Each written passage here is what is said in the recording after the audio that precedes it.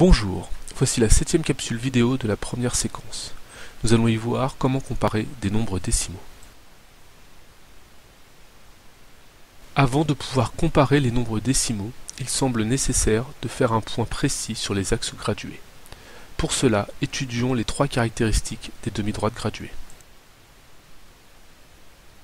Il faut tout d'abord une origine qui marque le début de la demi-droite. Ensuite, il faut une unité de longueur, souvent au travers de graduations. Enfin, il faut donner un sens à l'axe au travers de la flèche au bout de la demi-droite.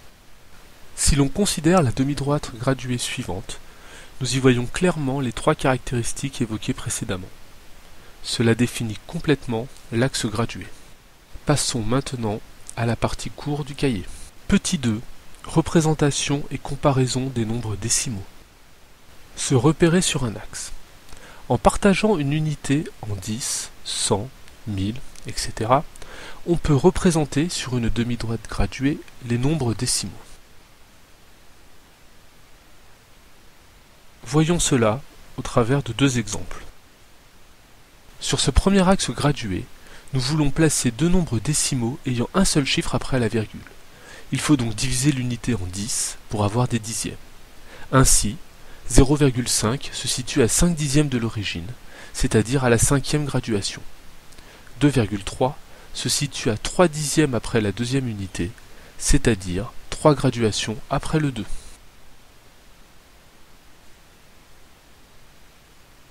Le second axe gradué est un zoom entre 3,9 et 4. En effet, il nous faut placer un nombre décimal ayant deux chiffres après la virgule. Il faut donc diviser un dixième en 10 parties égales pour avoir un centième. Ainsi, 3,93 se situe 3 centièmes après 3,9, c'est-à-dire 3 graduations après.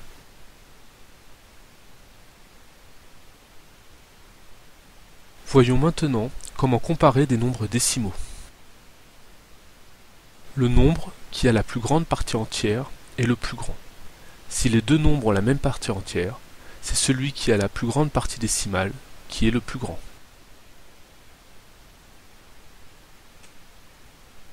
Illustrons cela avec deux exemples.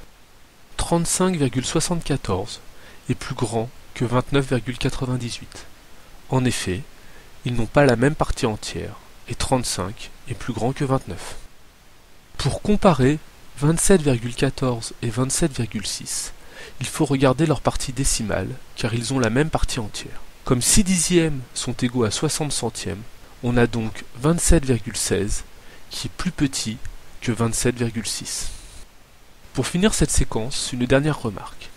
Il est toujours possible de placer un nombre décimal entre deux nombres décimaux. Ainsi, entre 3,9 et 4, on peut intercaler 3,97, mais aussi 3,91 ou bien encore 3,901.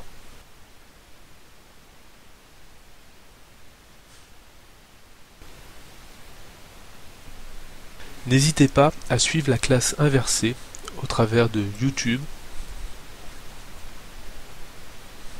Google+,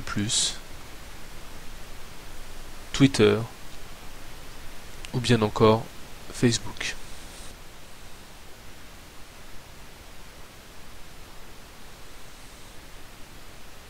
À très bientôt pour la suite de cette séquence.